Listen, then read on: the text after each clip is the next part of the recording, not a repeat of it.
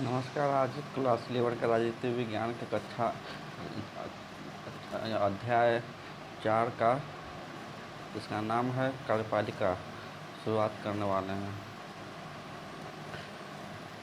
पहला, राज्य के शासन में केंद्र का प्रतिनिधि किसे कहा गया? राज्यपाल को।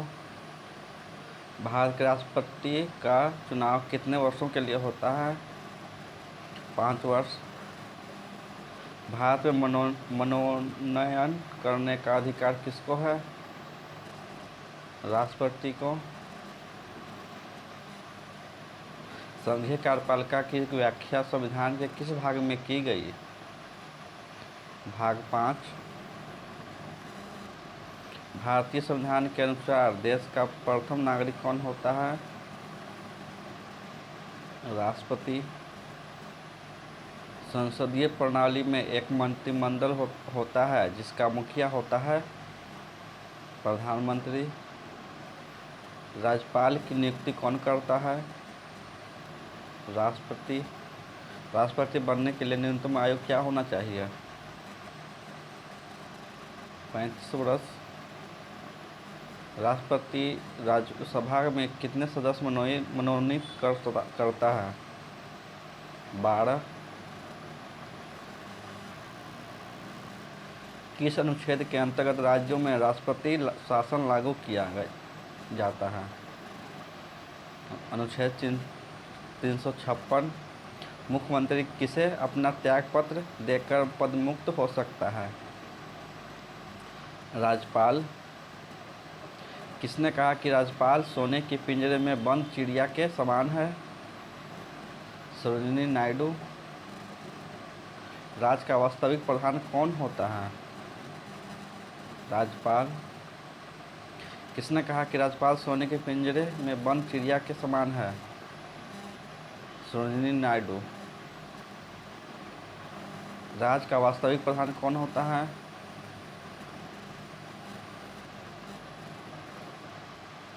मुख्यमंत्री। स्मरणीय बिंदु।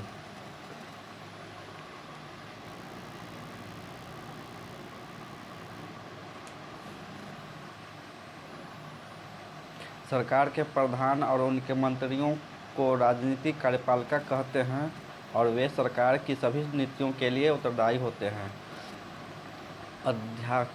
अध्यक्षात्मक व्यवस्था में राष्ट्रपति राज्य और सरकार दोनों का ही प्रधान होता है। जापान में संसदीय व्यवस्था है जिसमें राजा देश का और प्रधानमंत्री सरकार का प्रधान होता है।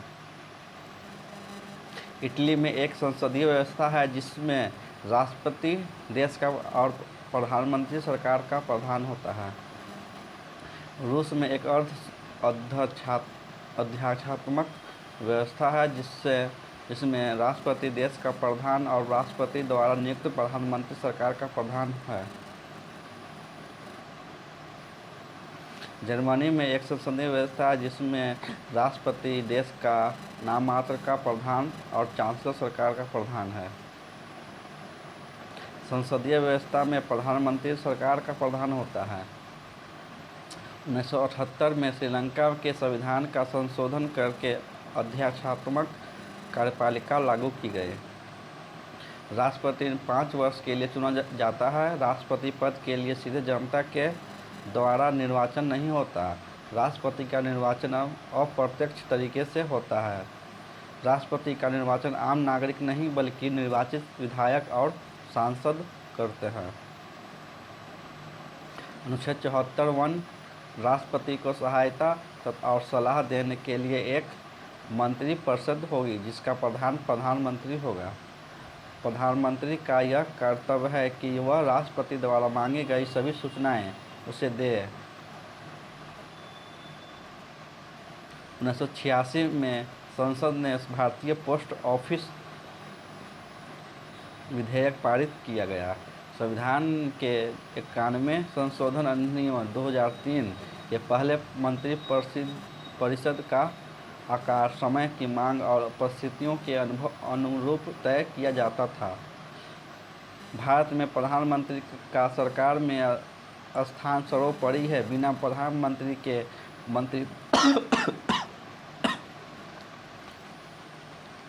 प्रधानमंत्री अपने भारत में प्रधानमंत्री का सरकार है, स्थान सर्वोपरि है। बिना प्रधानमंत्री के मंत्रिपरिषद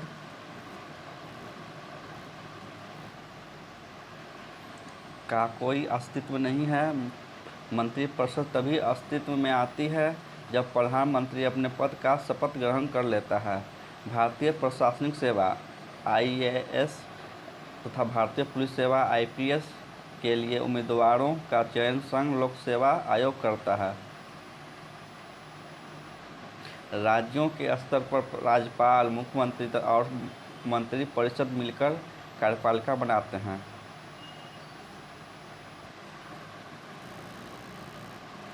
भारतीय प्रशासनिक सेवा IAS और भारतीय पुलिस सेवा IPS अधिकारी केंद्र सरकार द्वारा नियुक्त होते हैं और वे केंद्र सरकार की सेवा में वापस जा सकते हैं। संसदीय कार्यपालिका का अर्थ होता है ऐसी कार्यपालिका जो संसद के बहुमत के समर्थन पर निर्भर हो।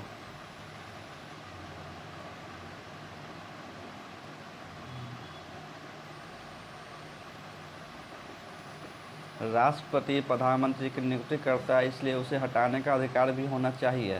सिद्धांत यह है कि राष्ट्रपति ही प्रधानमंत्री को औपचारिक रूप से नियुक्त करता है। वह संविधान के अनुच्छेद 78 के अनुरूप प्रधानमंत्री अपना कार्य ना करे।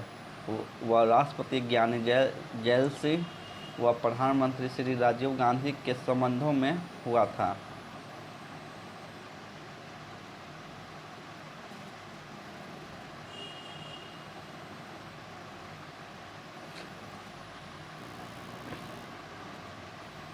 अखिल भारतीय सेवा जिस प्रदेश में जाए उसे काम करती है, जिसमें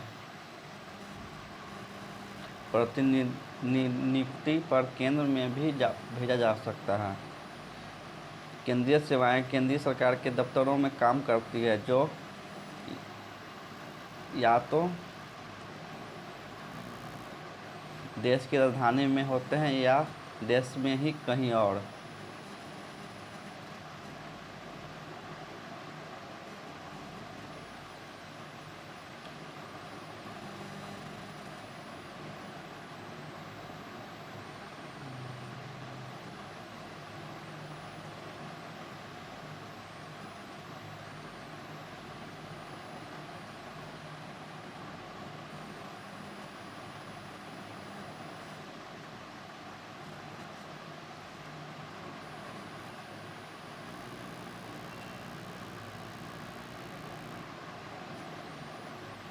प्रधानमंत्री की स्थिति को व्यक्त करता है। प्रधानमंत्री की निश्चित रूप से अत्यधिक शक्तियां हैं, परंतु उसके निर्णयों को राजनीतिक दल के सदस्य, सहयोगी दल व तत्कालीन परिस्थितियों भी प्रभावित करती हैं। भारत के संविधान के अनुच्छेद 74 में लिखा है कि राष्ट्रपति को उसके कार्यों में सलाह देने के लिए प्रधानमंत्री के नेतृत्व में एक मंत्रिमंडल होगा जो उसकी सलाह के अनुसार कार्य करेगा। 42वें संविधान संशोधन के अनुसार यह निश्चित किया गया था कि राष्ट्रपति को मंत्रिमंडल की सलाह अनिवार्य रूप से माननी होगी, लेकिन संविधान के 44वें संविधान संशोधन में फिर यह निश्चित किया कि राष्ट्रपति प्रथम बार में मंत्रिमंडल की सलाह को मानने के लिए बाध्य नहीं है। वह उस सलाह को दोबारा विचार विमर्श के लिए वापस भेज सकता है, लेकिन दोबारा विचार विमर्श करने के बाद दी गई सलाह को उसे अनिवार्य रूप से मानना होगा।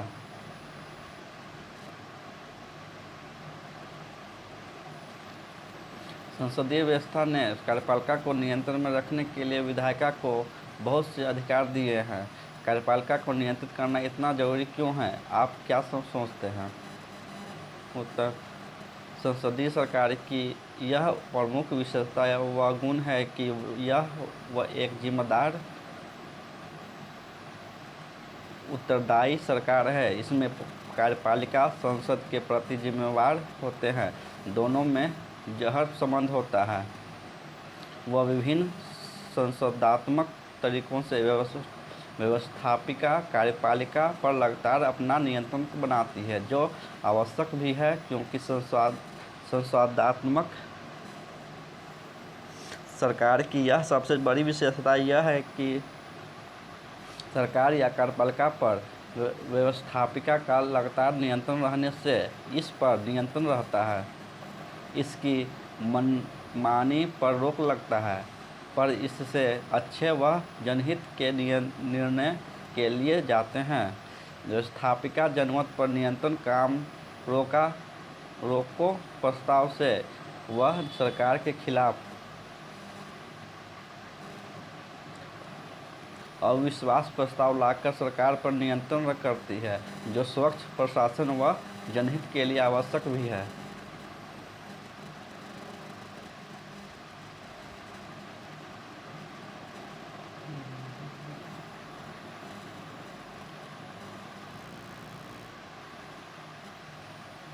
क्या लोकतंत्र का अर्थ यह होता है कि निर्वाचित प्रतिनिधियों का प्रशासन पर पूर्ण नियंत्रण हो? उत्तर: हमारे यहाँ दो प्रकार की कार्यपालिका है। एक राजनीतिक कार्यपालिका जो अस्थायी होते हैं, वह जिसमें मंत्रियों के रूप में जनप्रतिनिधि होते हैं। दूसरी अस्थायी कार्यपालिका होती है, जिसमें सरकारी कर्मचारी होते हैं, जो अपने क्षेत्रों में अनुभवी व विशेषज्ञ होते हैं। अस्थायी नौकरशाही एक निश्चित राजनीतिक प्रशासनिक वातावरण में कार्य करती है, जिसमें क्षमताओं को नकारात्मक रूप से प्रभावित करता है, परंतु संसदात्मक कार्यपालिका में यह संभव नहीं है कि प्रशासनिक संस्थाएं पूरी तरह से स्वायत्त हो व उसमें राजनीतिक सलाह का कोई प्रभाव न हो। प्रतिधानात्मक प्रजातंत्र जनप्रतिनिधि जनता के हितों के रक्षक माने जाते हैं तथा प्रशासनिक कर्मचारियों व प्रशासनिक अधिकारियों का यह दायित्व है कि जनप्रतिनिधि के निर्देशन में जनहित का ध्यान रखते हुए नीति निर्माण करें। नियुक्ति आधारित प्रशासन की जगह निर्वाचन आधारित प्रशासन होना चाहिए। इस पर एक लेख लिखें। आज भारत में दो प्रकार की कार्यपालिका हैं, एक चुनी हुई राजनीतिक और अस्थायी कार्यपालिका व दूसरी निष्पक्ष और राजनीतिक निश्चित योग्यता के आधार पर निश्चित विधि के द्वारा नियुक्त अस्थायी कार्यपालिका, जिसमें क्लर्क से लेकर मुख्य सचिव शामिल हैं। राजनीतिक कार्यपालिका के सदस्य विधानपालिका व संसद या व्यवस्थापिका के सदस्य होते हैं, जिनका चुनाव आयोग के द्वारा किया जाता है। इनकी एक निश्चित राजनीतिक सोच होती है, जिसके आधार पर ये चुनाव जीतते हैं। वह उसी आधार पर नीति निर्माण करके उसे लागू करने का प्रयास करते हैं। दूसरी कार्यपालिका, जिसको नौकरशाही कहते हैं, और राजनीतिक रूप से अपने अनुभव व योग्यता के आधार पर कार्य करते हैं। अस्थायी कार्यपालिका के सदस्यों का निश्चित योग्यता के आधार पर निश्चित विधि के द्वारा निष्पक्षता के आधार पर लंबे समय के लिए नियुक्त किया जाता है। केंद्र में ये नियुक्तियां यूपीएससी करती है। वह प्रांत में राज्यों की अपनी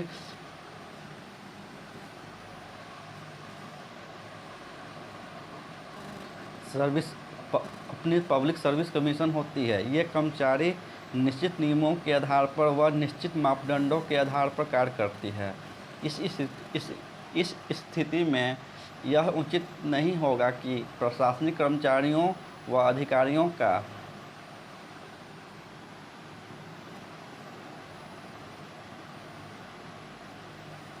बहुनाव किया जाए, ताकि सरकारी पदों पर कार्य करने के लिए निश्चित शैक्षणिक व तकनीकी योग्यताओं की आवश्यकता अवश्य होती है।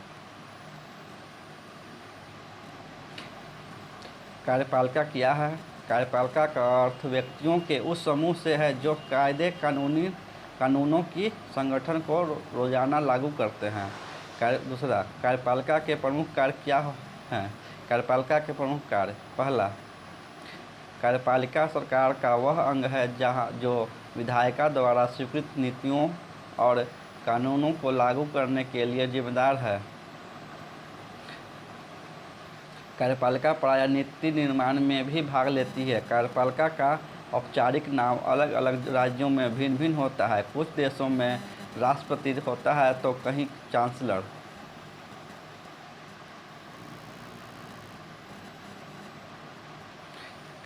कार्यपालिका में केवल राष्ट्रपति, प्रधानमंत्री या मंत्री ही नहीं होते, बल्कि इसके अंदर पूरा प्रशासनिक ढांचा, सिविल सेवा के सदस्य भी शामिल हैं। राजनीतिक कार्यपालिका या अस्थायी कार्यपालिका किसे कहते हैं? सरकार के प्रधान और उनके मंत्रियों को राजनीतिक कार्यपालिका कहते हैं और वे सरकार की सभी नीतियों के लिए उत्तरदायी होते हैं। लेकिन जो लोग रोज के प्रशासन के लिए उत्तरदायी होते हैं उन्हें अस्थायी कार्यपालिका कहते हैं। कार्यपालिका कितने प्रकार की होती है? कार्यपालिका 2 प्रकार की होती है। सामूहिक नेतृत्व के सिद्धांत पर आधारित प्रणाली: पहला, संसदीय। सरकार के प्रमुख को आमतौर पर प्रधानमंत्री कहते हैं। यह विधायिका में बहुत बहुमत वाले दल का नेता होता है। वह विधायिका के प्रति जवाबदेह होता है। देश का प्रमुख इनमें से कोई भी नहीं हो सकता। बी, अध्यक्षात्मक। राष्ट्रपति देश का प्रमुख होता है, प्रधानमंत्री सरकार के प्रमुख होता है, प्रधानमंत्री और उसका मंत्रिपरिषद विधायिका के प्रति जवाबदेह होता है। दूसरा, एक व्यक्ति के नेतृत्व में सिद्धांत पर आधारित प्रणाली: अध्यक्षात्मक। राष्ट्रपति देश का प्रमुख होता है, वही सरकार का भी प्रमुख होता है। राष्ट्रपति का चुनाव आमतौर पर प्रत्यक्ष मतदान से होता है। वह विधायिका के प्रति जवाबदेह नहीं होता। पाँचवां, भारत में राष्ट्रपति के विशेषाधिकार का वर्णन कीजिए। संवैधानिक रूप से राष्ट्रपति को भी सभी महत्वपूर्ण मुद्दों, मंत्रिपरिषद की कार्यवाही के बारे में सूचना प्राप्त करने का अधिकार है। प्रधानमंत्री का यह कर्तव्य है कि वह राष्ट्रपति द्वारा मांगी गई सभी सूचनाएं उसे दें। राष्ट्रपति प्रायः प्रधानमंत्री को पत्र लिखता है और देश की समस्याओं पर अपने विचार व्यक्त करता है। भारत में राष्ट्रपति के विशेषाधिकार निम्न प्रकार से हैं। पहला, राष्ट्रपति मंत्रिपरिषद की सलाह को लौटा सकता है और उसे अपने निर्णय पर पुनः विचार करने के लिए यह कह सकता है। ऐसा करने में राष्ट्रपति अपने विवेक का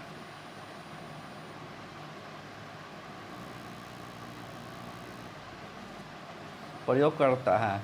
जब राष्ट्रपति को ऐसा लगता है कि सलाह में कुछ गलती या कानूनी रूप से कुछ कमियां हैं या फैसला देश के हित में नहीं है, तो वह मंत्रिपरिषद से अपने निर्णय पर पुनर्विचार करने के लिए कह सकता है। दूसरा, राष्ट्रपति के पास वीटो की शक्ति, निषेधाधिकार होती है, जिससे वह संसद द्वारा पारित विधेयकों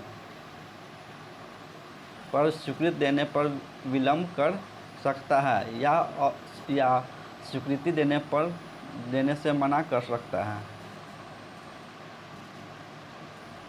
तीसरे प्रकार का विशेषाधिकार राजनीतिक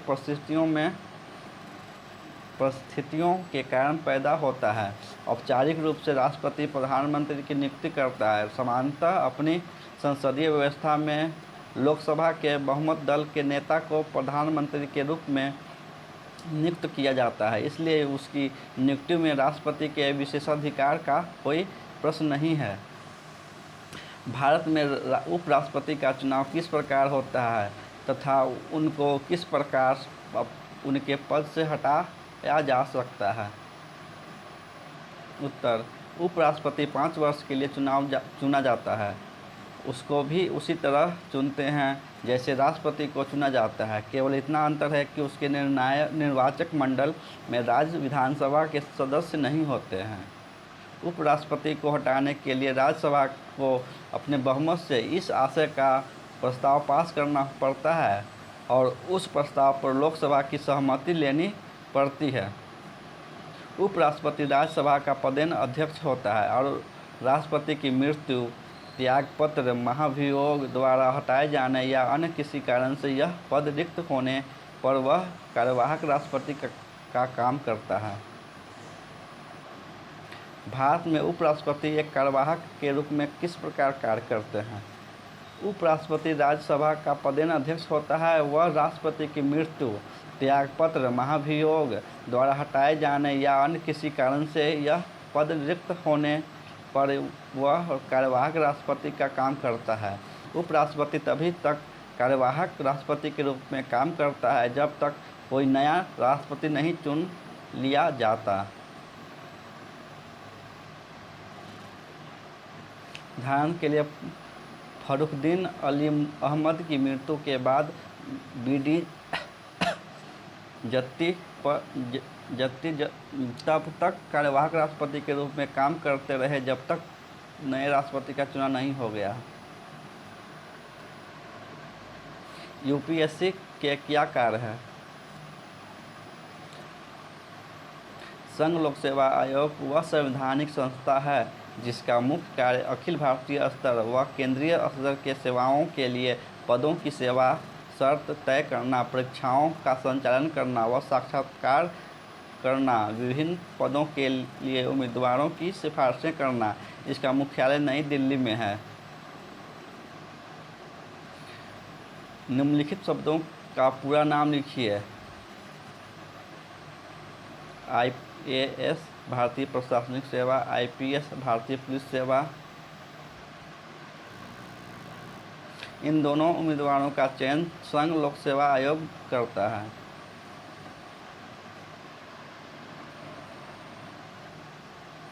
क्वेश्चन, भारत में सिविल सेवा आयोग कितने प्रकार की होती है? भारत में सिविल सेवा आयोग मुख्यतः 3 प्रकार की होती है। पहला, अखिल भारतीय सेवा, भारतीय प्रशासनिक सेवा, भारतीय पुलिस सेवा, केंद्रीय सेवाएं। दूसरा, भारतीय विदेश सेवा, भारतीय राजस्व सेवा, प्रांतीय सेवाएं, बिक्री कर अधिकारी।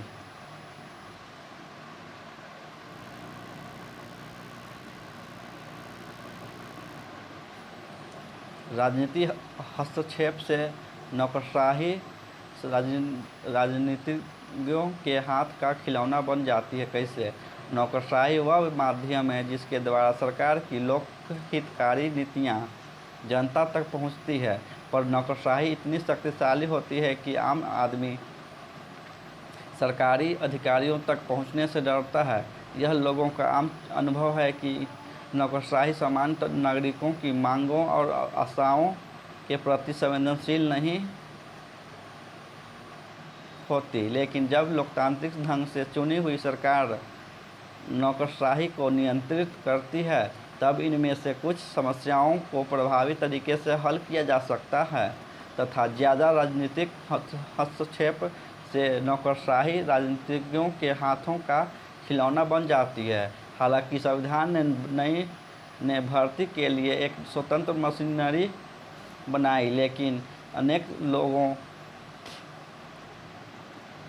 का मानना है कि सरकारी कर्मचारियों का अपने कार्यों के संपादन में राजनीतिक हस्तक्षेप से बचाने की कोई व्यवस्था नहीं है। अगला क्वेश्चन, भारत में प्रधानमंत्री की नियुक्ति में राष्ट्रपति की भूमिका का वर्णन कीजिए। भारत में प्रधानमंत्री की नियुक्ति में राष्ट्रपति की भूमिका निम्न प्रकार से है।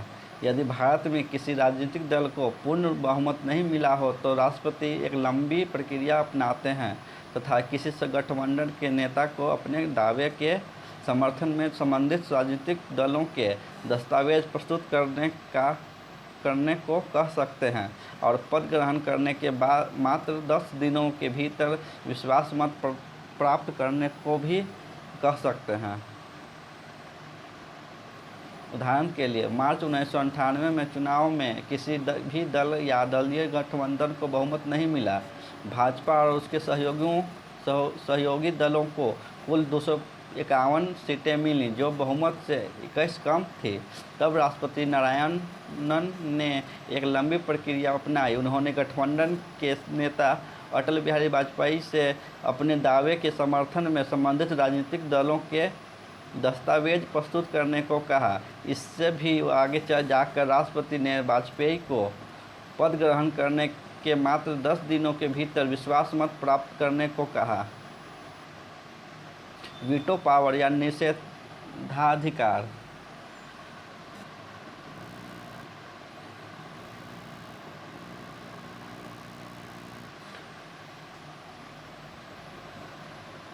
क्रांतीय सेवाएं बिक्री कर अधिकारी। अगला क्वेश्चन, राजनीतिक हस्तक्षेप से नौकरशाही राजनीतिज्ञों के हाथ का खिलौना बन जाती है। कैसे? नौकरशाही वह माध्यम है जिसके द्वारा सरकार की लोकहितकारी नीतियां जनता तक पहुंचती है, पर नौकरशाही इतनी शक्तिशाली होती है कि आम आदमी जनता तक पहुंचती है पर नौकरशाही इतनी शक्तिशाली होती है कि आम आदमी सरकारी अधिकारियों तक पहुंचने से डरता है। यह लोगों का आम अनुभव है कि नौकरशाही सामान्य नागरिकों की मांगों और आशाओं के प्रति संवेदनशील नहीं होती, लेकिन जब लोकतांत्रिक ढंग से चुनी हुई सरकारें नौकरशाही को नियंत्रित करती है, तब इनमें से कुछ समस्याओं को प्रभावी तरीके से हल किया जा सकता है तथा ज़्यादा राजनीतिक हस्तक्षेप से नौकरशाही राजनीतिज्ञों के हाथ का खिलौना बन जाती है। हालांकि संविधान ने भर्ती के लिए एक स्वतंत्र मशीनरी बनाई, लेकिन अनेक लोगों का मानना है कि सरकारी कर्मचारियों को अपने कार्यों के संपादन में राजनीतिक हस्तक्षेप से बचाने की कोई व्यवस्था नहीं है।